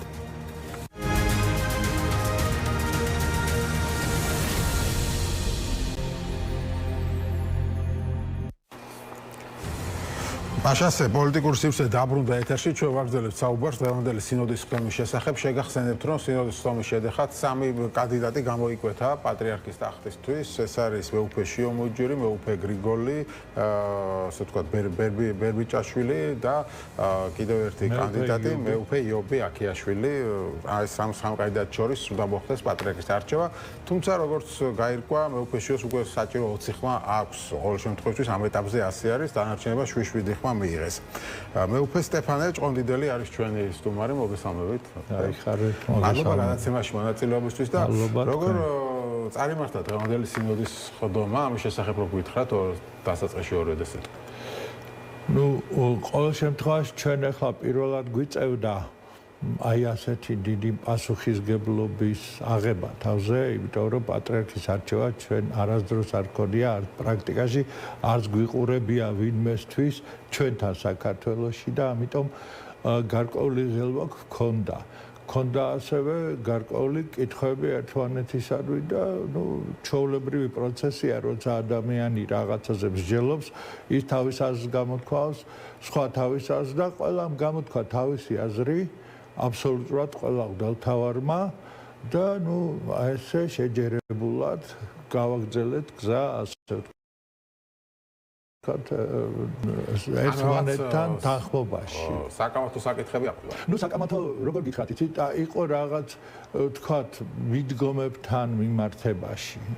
თორე ისე ყველა შევთანხმდით, რომ ესე იგი დებულება, რომელიც არის მიღებული 95 წელს ეკლესიის მართვა-გამგეობის დებულება, ეს არის ჩვენი სახელმძღვანელო დოკუმენტი აი არჩევნების პერიოდში. ანუ იყო საუბარი იმის შესახებ, რომ აი შეიძლება და რაღაც შეცვლილიყო თქვა მეუფე ისაიას ჩვენ კონკრეტულად განათლებასთან დაკავშირებით იყო საუბარი, რომ მეუფე დანიელის გამო ასაკზე იმსჯელებდით და ასე შემდეგ. დიახ, ოღონდ ჩვენ აი პიროვნებების საკითხებში არ შევსულვართ, პრინციპებთან დაკავშირებით ქონდა საუბარი.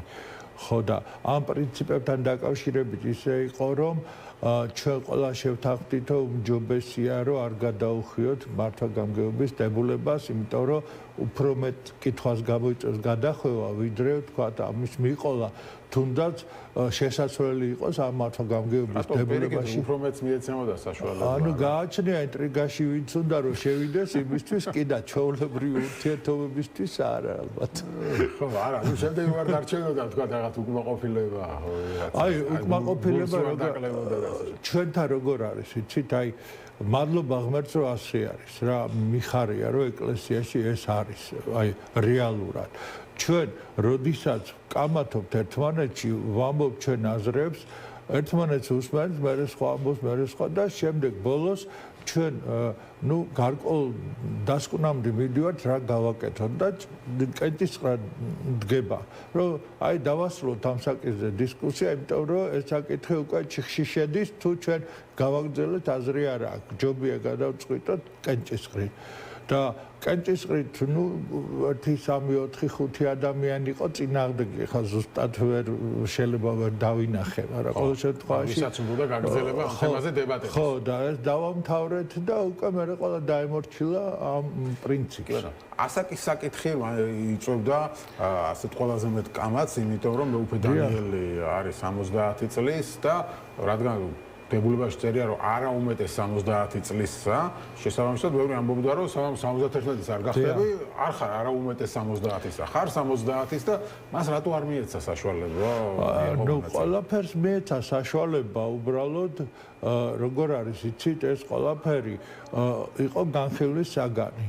განვიხილეთ და ჩავთვალეთ რომ ეს საკითხი არ გვაძლევს ესე იგი წესვლის საშუალებას თუ ჩვენ დავიწყებთ ყველა ინტერპრეტაციის განხილვას ძალიან შორს წავედა მეუფე დანიელმა ძალიან კონსტრუქციული როლი ითამაშა მან ამ საკითხში აი როგორც სინოდმა გადაწყვიტოს ისე იყოსო და აი ბოლომდე მიყვა ამ თავის კონსტრუქციული პრეტენზია თავად არ ქონია არ ქონია ესე და ანუ გამოძოს სინოდმა განმარტა რომ თუ 70 წელს ერთი დღით მაინც გადაცდები უკვე 70-ზე მეტის ხარ ამაზე სინოდს ასე მიაჩნდა დიახ უმრავლესობას და ნუ საბოლოო ჯამში ამ საკითხზე კამათის აზრი უკვე დაკარგული იყო აღარ ღირდა კამათი იმიტომ რომ ყველამ თავისი აზრი გამოთქვა და ეს აზრი იყო ასეთი რა რომ ესე იგი არ ღირს ამაზე კამათი იმიტომ რომ ასე წერია და ჩვენ ახლა რაღაცები არ დავიწყოთ აქ შესწორებები და რაღაც შეყვანა ჩვენი პოზიციების დასაგებია და საბოლოო ჯამში იყო 6 კანდიდატი, ხო? საბოლოო ჯამში გამოირჩა 6 იყო თავიდან სადღაც 15-მდე რამდენადაც მახსოვს, ვისაც ჰქონდა ამის უფლება, კანდიდატი ყოფილიყო, თავის განათლებითაც და წოვანებითაც. ხო და მათ შორის მეც და მე უარი ვთქვი, ანუ ჩემ კანდიდატურაზე მოხსენი ჩემი კანდიდატურა. თავად განაცხადეთ ხო? მე უარი ვთქვი. რატო? რატო? მე მიმაჩნია, რომ როგორ არის, იცით, თუ არ არის აუცილებელი, რომ მე აუცილებლად ეს საქმე უნდა ვაკეთო, პატრიარქობა არ არის უბრალო საქმე და მე ღვთის წინაშე ეს საკითხი განვიხილე ჩემ თავზე. ჯერ ერთი თქვი მეუფეშიოზე, ესე იგი პატრიარქისგან არის, ეგერ რამდენი წელია ასწავლიდა ყველაფერს, რაც უნდა გაეკეთებინა და პატრიარქობას აგუებდა მას. ხო და მე ახლა რა უნდა მექნა, მე არც ამბიცია მქონდა ამისი და არც ჩემი დამოკიდებულება არ იყო ასეთი, მე ცუდად ვიქნებოდი როდესაც თქვა ჩემ კანდიდატურას დავტოვებ შინაგანად ვერ ვიქნებოდი თანხმობაში ჩემ სულთან სულიერ მდგომარეობას ამიტომ მე მირჩევნია მშვიდად ვიყო არა ისე რომ ხარცედოზე წამოვწე თქვა იცი ჭონდიდში უბრალოდ ხარცედოზე ვერ წამოვწე ხო და მაგრამ ჩემი დამოკიდებულება ისეთი იყო რომ მე მირჩევნია რომ ესე იგი ჩემ ადგილზე ვიყო ვიდრე რაღაცა ჩემთვის ძიმე ჯვარი ავიკიდო და რისი გულისთვის და მეორე მომენტია რომ მე შინაგანად არანაირად ზადამისთვის არ ვიყავი და პირდაპირ მე არც ბევრი არც მიფიქრია თავიდან 6 კაცმა ჩათვალა ადამიანად ჩათვალა რომ ხომაც ასე ჩათვალეს ბევრმა ხო 6 პირიქით ჩათვალა ხო და 6-მა ჩათვალა რომ მიიღონ მონაწილეობა ეს მათი უფლება მე ახლა იმის გამო რომ მე უარს ვამბობ არ ნიშნავს ეს რომ მე მათ წინააღმდეგ რამეს ვამბობ უბრალოდ მათ როგორც თუმცა ნუ ხედავთ რომ 20 ხმა მიიღო მეუფეშიო რაც ნიშნავს იმას რომ ფაქტობრივად საკმარისი ხმები აქვს და შემდეგმა არჩევნებმა რაღაც ასე ვთქვათ ინტრიგა დაკარგა შეიძლება ალბათ ნუ ყოველ შემთხვევაში ჩვენ ვართ სულ 39 20 ხმა მიიღო და ალბათ კიდე დაემატება ნუ არ ვიცი იმიტომ რომ უკვე სხვა კანდიდატები დარჩა მხოლოდ 3 კი ბატონო, ხო, ნუ მეუფე გრიგოლ 7, უკვე იოს 7. თქვენ როგორც მივხვდით, მეუფეშიოს ხარდამჭერებში იყავ. მე თავიდანვე ვთქვი ეს. განაცხადეთ და რატომ გადაწყვეტეთ რომ მეუფეშიოსთვის დაგეჭირათ ხარ? იმიტომ რომ პატრიარქის გამორჩეული იყო ეს იყო მთავარი. პატრიარქისადმი ნდობიდან გამომდინარე, მე მიმაჩნდა, ყოველთვის მიმაჩნდა და ეხლაც მიმაჩნია რომ პატრიარქის ყვალზე სიარული სწორი გზა არის რა და სანამ ჯერ კიდევ ეხლა ჩვენ იმის ყვალზე მივდივართ ეს ყველაფერი უნდა დავიცოთ და მე რომ გაგრძელდება ჩვენი გზა ხო ვითარება შეიძლება 1000 რამე მოხდება, შეიძლება 20 წლის, 30 წლის შემდეგ სულ სხვა ვითარება იყოს და მერე პატრიარქის როლი კიდე სხვა იყოს და ასე შემდეგ, მაგრამ სწავლებას არ შეიძლება რომ გადაუხვიოთ, იმიტომ რომ ეკლესია სწავლებაზე დგას და არ შეიძლება ეკლესიის წესწყობილებაზე უარი ვთქვათ. დანარჩენ საკითხებში სიტუაციიდან გამომდინარე, მაგრამ პატრიარქის დანატოვა ჩვენთვის იმდენად მნიშვნელოვანია, მე ვფიქრობ, რომ თქვენთვისაც ყველასთვის. თუმცა იყო განსხვავებული, ხო, ინტერპრეტაცია იგივე, რომ აი მოსაყრით დანიშნვა არ ნიშნავს, რომ მემკვიდრე დატოვა. იმიტომ ეს არ არის სამეფო ტახტი, რომ მემკვიდრე დატოვოს და ასე შემდეგ. არც წუთი ასე არ ვიფიქრია პირადად მე, რომ ეს თქვათ მემკვიდრეობით დატოვა უბრალოდ როგორ რამეა, იცი, როცა ასწავლის ადამიანი უდელთავრობას ისა წემს თავრობას, პატრიარქობას, თავის გვერდზე მყოფ ადამიანს ეს წლებით გრძელდება და ჩვენ ხედავთ პატრიარქის დამოკიდებულებას ამ საკითხში. ხო, ჩემთვის ეს ძალიან მნიშვნელოვანი იყო.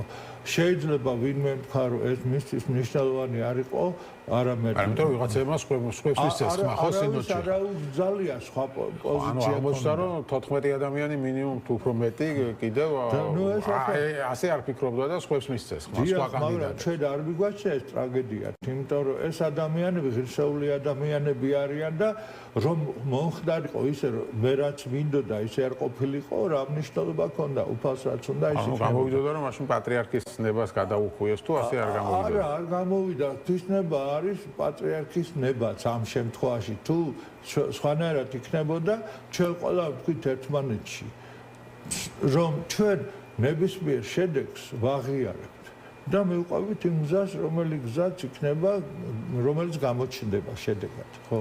ხო, ну, კი ბატონო, და ეხლა მე უფეშიო, ასე ვთქვათ, ფაქტობრივად პატრიარქია შეიძლება ითქვას. გამოჩნდა ჯერჯერობით პატრიარქი არაა, სანამ არ იქნება ინტრონიზაცია. ხო, შეიძლება ითქვას, ხო. ჩვენ მივყვეთ ცხოვრებას. კი ბატონო, მაგრამ მე მაინტერესებს ამ შემთხვევაში გარდა პატრიარქის მოკვეთისა, მის რაღაც პიროვნულ თვისებებზე რა შეგიძლიათ ხო მეუფეშიო შეგიძლიათ თქვა, ანუ რა იყო ასე ვთქვათ მიზეზი გარდა პატრიარქის სურვილის, ხო, მოიქ გასაგებია ყველაფერი გეტყვით. ჩემთვის ძალიან მნიშვნელოვანია როგორია, იცი, სასულიერო ცხოვრებაში ადამიანის მიდგომა საკითხებისადმი ძალიან მნიშვნელოვანია და ესე იგი თითქმის 9 წელი იყო მეუფე უწმინდესის გვერდით. უწმინდესი ამ დროს ფიზიკურად საკმაოდ დასუსტდა. მას შეძლო ემოქმედა, აი როგორ იცი, უფრო ესე ხელგახსნილად და უწმინდესის შეთანხმების გარეშე რაღაცეებზე წასულიყო. არ გააკეთა და ეს მისი ღირსება ჩემთვისაც ძალიან მნიშვნელოვანი იყო რა, რომ ადამიანი დააფასა ბოლომდე და მის ყველას გაყვა, აი ყველაფერს ეკითხებოდა, როდესაც ვერ ამბობდა პატრიარქი, ეკითხებოდა ასე თუ ასე და საკითხს უსვავდა, აი საგონებაზე იყო ყოველთვის და როცა ამბობდა არა და როცა იტყოდა კი, ანუ ასე ვთქვათ თავზე არ გადაახტა პატრიარქს ამაზე ვლაპარაკობ. არ არის მნიშვნელოვანი მიზეზი რომ ადამიანია, რა თქმა უნდა. მაინც ბევრი საუბარი იყო იმის შესახებ, რომ შეიძლებოდა ხელისუფლება ჩარეულიყო ამ არჩევნებში, ჩვენ მოვისმინეთ მეუფეების მხრიდან განცხადებები, რომ მოგიწოდებთ არჩეერიოთ. ეს ბევრი ისე გაიგო, რომ რაღაც განცხადებას აკეთებ, ესე იგი ამ მეუფეებმა რაღაც ნიშნები დაინახეს ჩარევის და ხელისუფლება გააფრთხილეს. თქვენ თუ ხედავდით ასეთ ნიშნებს, რომ იყო მცდელობა ჩარევა ხელისუფლების? მე გეტყვით, ესე იგი ეს იყო პირველად ხდებოდა და ღელვა შეიმჩნეოდა. ჩემში ღელვა არ იყო, არ მქონდა აი რაღაცნაირად იმის შიში, რომ რაღაცას ისეთი მოხდება, რომ არ უნდა მოხდეს. მოხდება ყველაფერი ისე, როგორც უფალს ნებავს და ეს მინდობა ღვთისადმი და ჩემი პატრიარქისადმი ჩემთვის მნიშვნელოვანი იყო. ვინმე შეიძლება ქონდა თქვათ შიში, რომ აი ხელისუფლება ჩაერევა და მას როგორც უნდა ისე არ იქნება.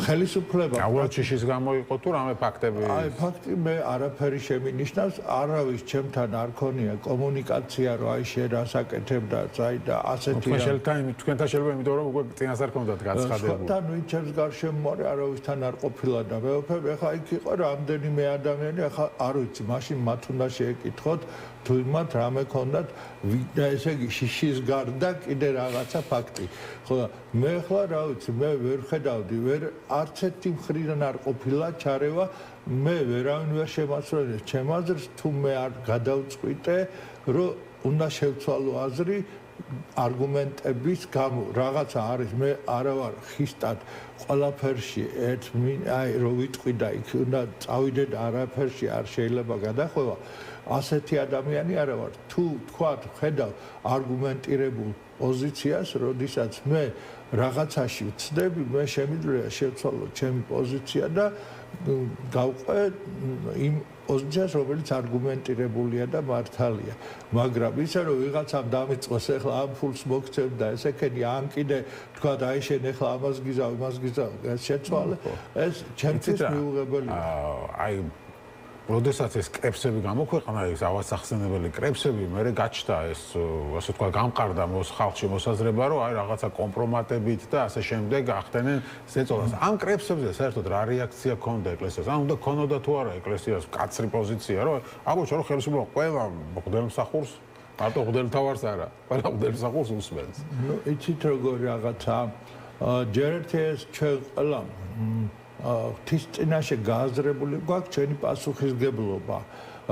ჩაწერს თუ არ ჩაწერს, მე ღვთის წინაშე ვარ პასუხისგებელი და ის რაც ჩაწერს, მე სულ არ მაინტერესებს, იმიტომ რომ რაც დრო გადის ტექნოლოგიები უფრო ვითარდება და თქვენ გონიათ ახლა ტელეფონი რო გაქვთ იქ სადღაც სპეცსამსახურებში არ მოგისმენენ როცა დაჭირდებათ ჩაოლებრივი ალბათ უკანონობა ხო უკანონობაა მაგრამ შენ ამას ვერ შეცვლი დღეს იმიტომ რომ მთელი მსოფლიო ამით არის გაჟღენთილი შენ ვერ იტყვი რომ ახლა რომ ამბობენ რომ საქართველოში ასე იქცევიან და სადღაც ანგელოზები არიან და ამას არაკეთებენ იქ უფრო უარესია სადაც ანგელოზებად ევლინებიან ის ხალხი და ამიტომ რეალობას თვალებში უნდა შევხადოთ, უნდა შეგუებული ხარ. ნუ როგორ ამეცი, როცა ღვთის წინაშე დგახარ, საერთოდ არ გაინტერესებს ვირას ისმენს, პატრიარქია მომდა ხოლმე. ნეტა მომისმინონო, რამე მაინც. რამე გაიგონო, მაგრამ ნუ აქ საუბარია მე რისთვის იყენებს ამას სპეცსამსახურები. აი ნუ რითიც გინდა გამოიყენოს, აი როგორ რაღაცა, იცი?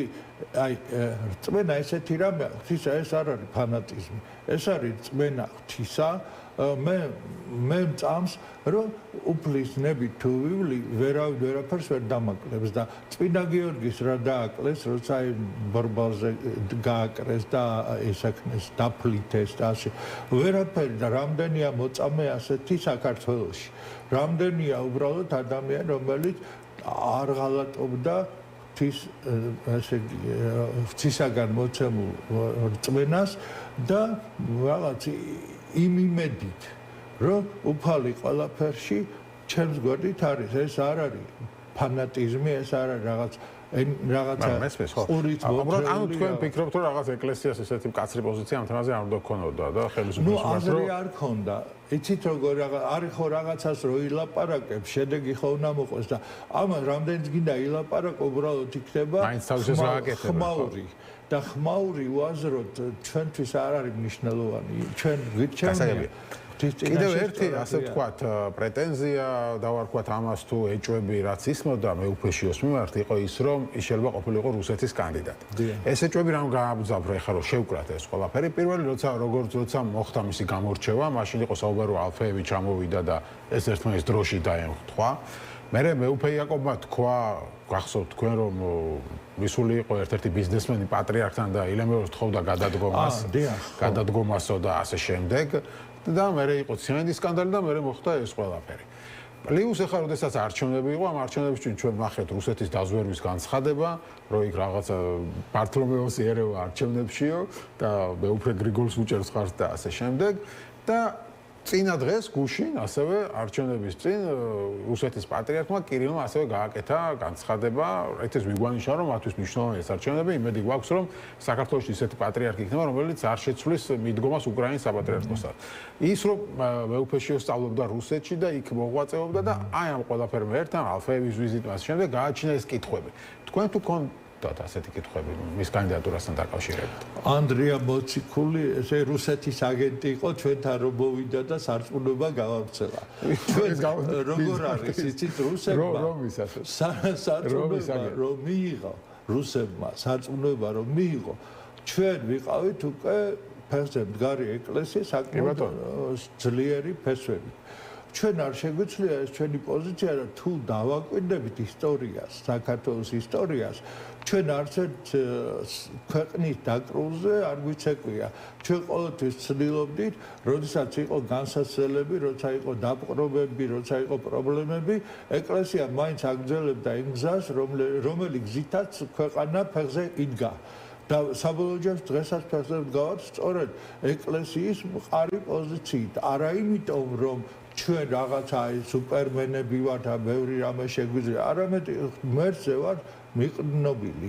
დაუფლისნებით მოქმედებ და არ გვეშინია ვიღაცეების, აი, როგორ იცი, აი, შემოტევების, რაღაც თითების ქნევის და ასე ჩვენ ვაგრძელებთ ჩვენ გზას. ხო, მაგრამ პოლიტიკა ხო ხდება თან უცნაურეს რუსეთის შემთხვევაში ეკლესიას რუსეთი იყენებს თავისი გავლენებისთვის, პოლიტიკურ გავლენებისთვის იყენებს. ჩვენ ხედავთ ახლა ომთან დაკავშირებით როგორ დამოკიდებულება აქვს რუსეთის საპატრიარქოს და ასე შემდეგ უკრაინის ნავზე გონსულს ხო და მე არას გულისხმობ იცი რომ მათი არ არის მოულოდნელი რომ ყოფილიყო სურვილი ან ცდელობა ჩარევის. როცა პოლიტიკურად ვუყურებ, ჩვენ გონია რომ ახლა რუსებს შეუძლია ჩვენთან რამე გააკეთონ ისე რომ თვითონ როგორც უნდათ. ეს არ განხორციელდა არც ერთჯერ. რაც არ უნდა ვინმე ამას აი აგებდეს რაღაც თეორიებს, აი როდესაც რეალურად ხედავთ სიტუაციას, ხო რუსეთის პოზიცია შეიძლება რაღაცაში ჩვენ პოზიციას დაემთხვეს. მაგრამ ის რომ რუსეთი თქვა რაღაცას ჩვენ გვაიძულებს რომ ეს გავაკეთოთ ან ის გავაკეთოთ, ასეთი ფაქტი არ არის, არ არსებობს ბუნებაში და ომთან დაკავშირებით ჩვენ რუსეთის პოზიცია არ დაგვიკავებია, მაგრამ ჩვენ არც ის გადავწყვიტეთ რომ ჩვენ პატარა ქვეყანამ თქვა უკრაინასთან დაკავშირებით გარდა აი ეს ჰუმანიტარული და მორალური მხარდაჭერისა ჩვენ რაღაცა კიდევ უნდა გაგვეკეთებინა. აქ საუბარი იყო რომ თქვენ დაიკავეთ უკრაინის საპატრიარქოსთან დაკავშირებით რუსეთის რომელ საპატრიარქოსთან? ნუ რომელიც აღიარა სოფლიო საპატრიარქო. ამაშია საქმე იქ ვინ არის? თქვენ არ აღიარეთ ასე. არა, როგორი რამეა, იცით? ჩვენ ვაღიარებთ, როცა თვითონ უკრაინელი ხალხი აღიარებს. და ჯერ უკრაინელი ხალხის უმრავლესობა იმას არ აღიარებს, რასაც აღიარებს თქვათ ვინმე სხვა. და ჩვენ ახლა აი საქართველოში რომ რაღაცა დაჯგუფება გაჩნდეს, რომელსაც ქვია საპატრიარქო საქართველოსი, ხო? როდესაც აქ საპატრიარქო მოქმედებს. ხო, იმ შემთხვევაში თუ ვინმე იმას დაუჭერს ხარ სადღაც, რავი, საიდანღაც, ნუ ხო სოფლიო პატრიარქო არის სათომოსი. სოფლიო პატრიარქი არის კონსტანტინოპოლის პატრიარქი და სოფლიო პატრიარქი არის მისი ტიტული ეკუმენიკალ პატრიარქი. ანუ არა როგორც იმ გაგებით რომ სოფლიო ყრობელი და ბატონი, არამედ როგორც ესე იგი ის საპატრიარქო, რომელიც იყო დროს ეკუმენიკური საპატრიარქო, რომელიც მთელ სოფლიოში ასე თუ ისე თავის გავლენებს ფლობდა, მაგრამ ამავე დროს საქართველოს ეკლესიაში მაშინაც კი არ ქონია იმას სოფლიო ბატონობის განხორციელების უფლება. ჩვენ ავტოკეფალური ეკლესია აღიარებს კონსტანტინოპოლის პატრიარქს როგორც სოფლიო პატრიარქს იმ გაგებით, რომ სოფლიოში პირველი ადგილი დღეს უკავია მას. ხოლო მანამდე ეკავა რომს, მაგრამ რომა გადაუხვია იმ გზას, რომელიც არის ჭეშმარიტება. ანუ რომის ეკლესია სხვანაირად არის მოწყობილი გასაგებია და მართლმადიდებლური სხვანაირად. უბრალოდ ანუ თქვენ ფიქრობთ, რომ 10 წელს არ უნდა აღიაროს, ასე ვთქვათ, საქართველოს უკრაინის საპატრიარქო. უკრაინა თვითონ არ აღიარებს ამ ეს რითი ითვლება, რომ უკრაინელები არ აღიარებენ? და ისე ხა არ შეიძლება ძალით თქვა შევარდე კიევ-პეჩორის ლავრაში და დაარბიო ყველაფერი და თქვა რომ მე მაღიარე, იმიტომ რომ ესენი გავყარე. არასწორია. და ასე ბევრი რამეა თვითონ უკრაინელები რა დღეში არიან და რას ლაპარაკობენ და ჩვენ ხო გვაქვს ურთიერთობა, კონტაქტი არა ისეთი რომ ვთქვათ რა. თუმცა უკრაინელების დიდი ნაწილი აღიარებს ამ ახალ საპატრიარქოსაც. არა, დიდი ნაწილი არ აღიარებს და ეს არის. მეორე მხარე უფრო მეტი აღიარებს მოსკოვის საპატრიარქოს. დიახ. და ხედავთ იმისა, რომ ასეთი ომი აქვს მოსკოვსთან. და საქმე რაში ის არის, როგორ რამე ეკლესიას ცოტა სხვა პრინციპები აქვს. ეკლესიაში, აი მაგალითად მოსკოვის საპატრიარქოსადმი დაქვემდებარებული უკრაინული ეკლესია, ხო? როდესაც ის მოქმედებს, ჩვენ მათ ვაღიარებდით და ვაღიარებთ. კონსტანტინოპოლიც აღიარებს და აღიარებს. მე ამათ რო აღიარებს, კიდე სხვასაც აღიარებს.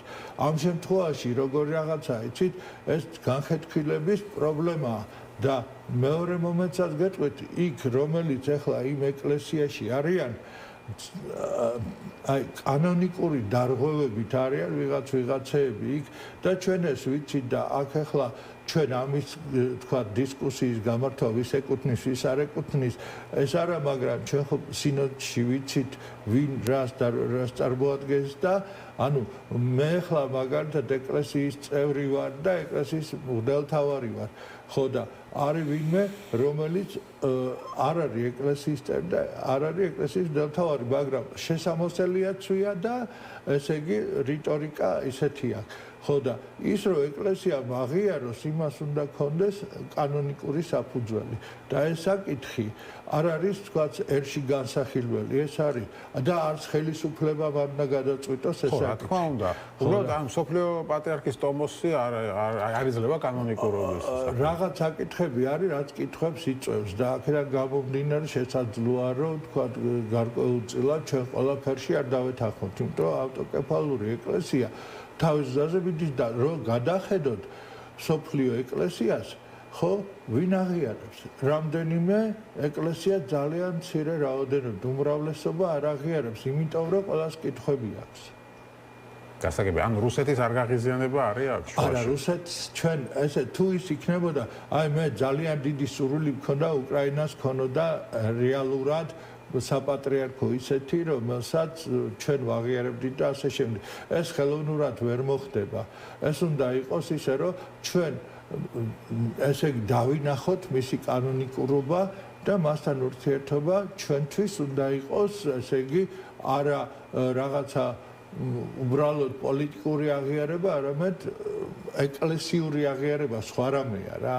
ანუ არ შეიძლება კანონიკური დარღვევებით ეკლესიური ერთიანობა გამყარდეს პირიქით.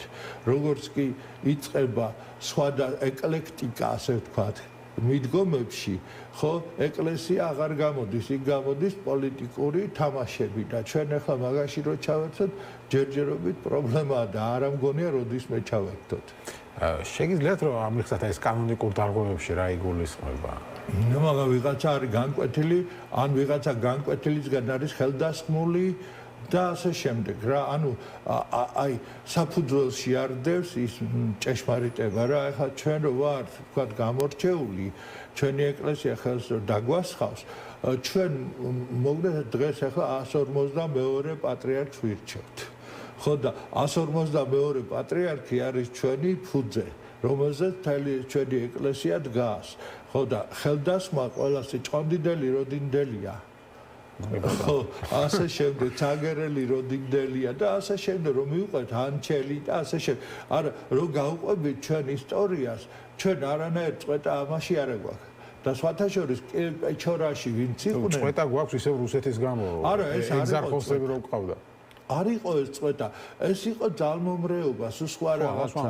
არა, ეს უკრაინელებიც ასე უყურებენ, რა ხაის ეგზარხოსია. ვერ უყურებენ მასე, იმიტომ რომ კიევ-პეჩორაში ის ვინც მანამდე იყო ისევ ისინი იყვნენ ის ვინც აგრძელებდა აი პეჩორაში არ შეცვლილა აი საუკუნეების განმავლობაში არ შეცვლილა ის ვინც იქ მოღვაწეობდა ეხლა შევიდეთ აქ გარედან რაღაც ესე იგი ორგანიზაციიდან და დაუწყეს ამას გაყრა ხო და ეს ისეთი რამეა ეხლა კევპეჩორა დღეს იყო გუშინ იყო გუშინ წინ იყო და ვინც იქ იყო ბერები იმათი შემდეგი თაობები არ შეცვლა ეხლა როგორც რომ მიხვიდე ათონზე და რომელიმე მონასტერში იქ შეცვალო თქვათ სხვა იერარქიის ესე იგი ბატონობის ქვეშ დააჯინო ეს ბატონო გასაგებია თქვენი პოზიცია ბოლოს ვიდა კითხოთ ახალი ეპოქა იწყება ხო ეკლესიაში ფიქრობთ რომ რამე რეფორმა არის გასატარებელი რამე შესაძლებელია ეკლესიაში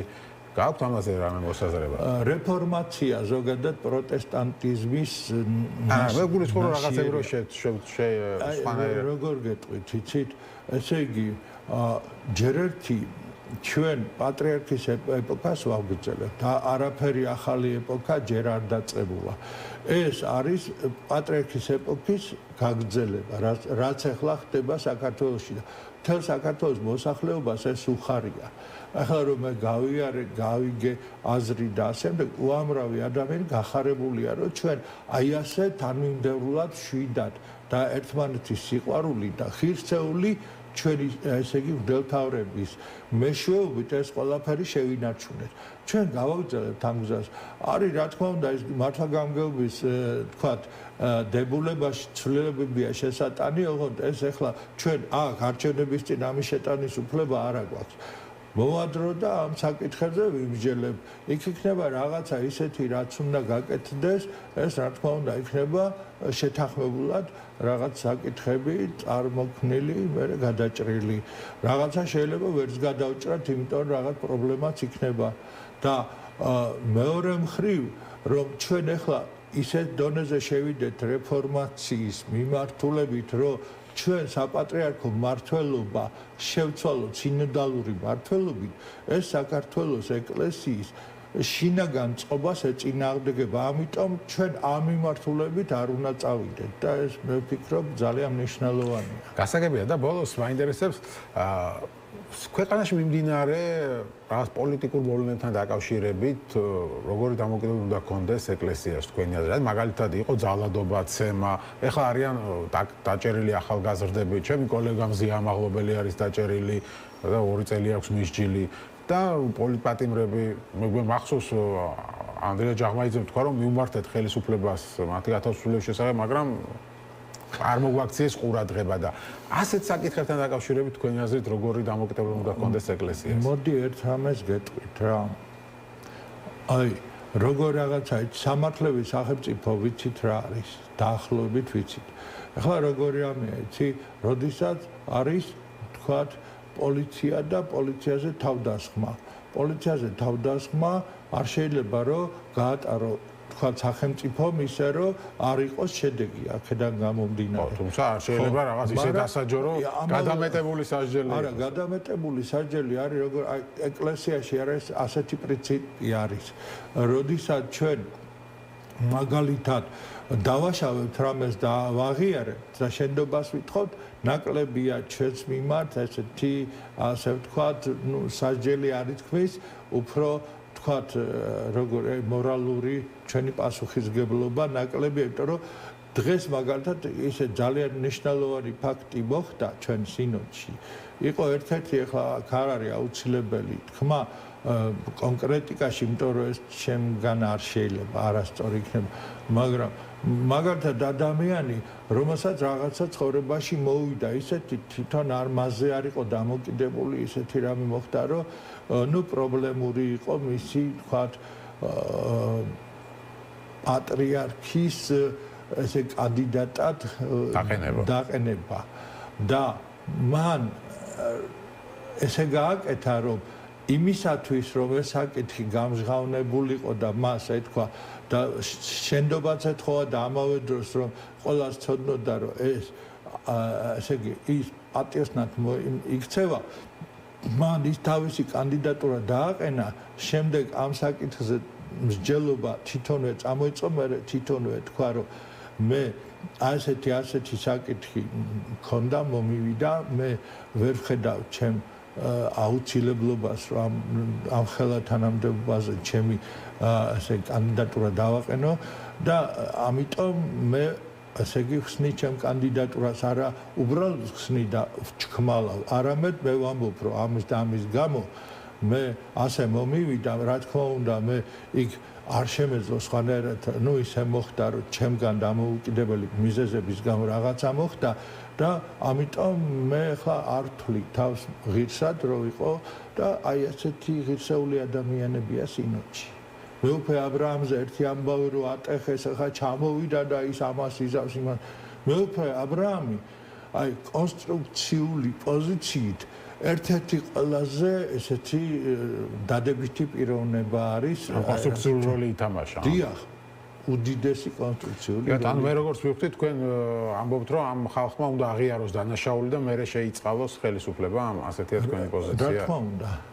რა თქმა უნდა, იმიტომ რომ მაშინ იქნება, აი რას ნიშნავს ხელისუფლების არ აღიარება. ჩატარდა არჩევნები, ეს ტყუილია ახლა იქ რა გაჟონა, გამოჟონა, ეს ყველაფერი ხო, ესე იგი ვერ მოატყუებ ადამიანებს, რა ეგ არ არის ეს. ხო და არჩევნებთან დაკავშირებით ბევრი კითხვა არსებობს, ეხლა მაგის დრო არ აგვაქვს ამ წუთს. მე ლაპარაკობ იმას, რომ როდესაც შენი ხელისუფლება არჩეულია, როცა შენ ხარ იმ სიაში, რომლითაც შეგვიძლია შეხვიდე საკანონმდებლო ორგანოში და შენი პოზიცია გქონდეს, შენ რატომღაც იმაშები, რომ უცხოეთმა აი ამ ჩვენ ხელისუფლების წინააღმდეგ რაღაც სანქციები მიიღოს, რაღაცეები დაუწესოს და ანუ მიდიხარ დესტრუქციის გზით, იმის მაგივრად რომ თქვა, ვინც არასწორად მოიქცა თქვას, რომ შემინდეთ და მე ეს ვაღიარე, იმიტომ რომ კანონის წინაშე არა ვარ მართალი და იმ წუთში წავა შენდობის პროცესი, იგივე ხელისუფლების აღიარება, ეს არის აუცილებლად ახლა როდესაც ჩვენ ახლა თუ ხელისუფლება დიქტატურისკენ მიდის, ხომ და გაუწია წინავე. რას მელაპარაკებ? სად არის დიქტატურა? აი, დიქტატურაზე წარმოდგენა გააქვთ, როცა ამას ამბობ? დიქტატურა რამდენი ხანია, ვიცით ჩვენ იყო გერმანიაში იყო, საბჭოთა რუსეთში იყო და სხვათა შორის ახლა ცოტა ხნის წინ ჩვენთანაც იყო, როდესაც ადამიანები ახლა რამდენია შვილმკვდარი მშობლები, რომლებიც დღესაც კი ამაზე არ არიან კმაყოფილები, რომ ვინმე მათი პრობლემა დაინახა. გასაგებია, ხო, პოლიტიკურ დებატები ნამდვილად არ მინდოდა თქვენ და ხო, მადლობა ჩვენი დრო ამოიწურა. მეუფე სტეფანე ჭყონდიდელი იყო ჩვენი სტუმარი, ჩვენ საუბრობდით პატრიარქის არჩევნებზე. ნახოთ, სულ მალე გვეცოდინება ვინ იქნება 152 პატრიარქი. ასეთი იყო ჩვენი დღევანდელი გადაცემა. მე გემშვიდობებით ხვამდე, ხვალ 7:30-ზე შევხვდებით ერთმანეთს.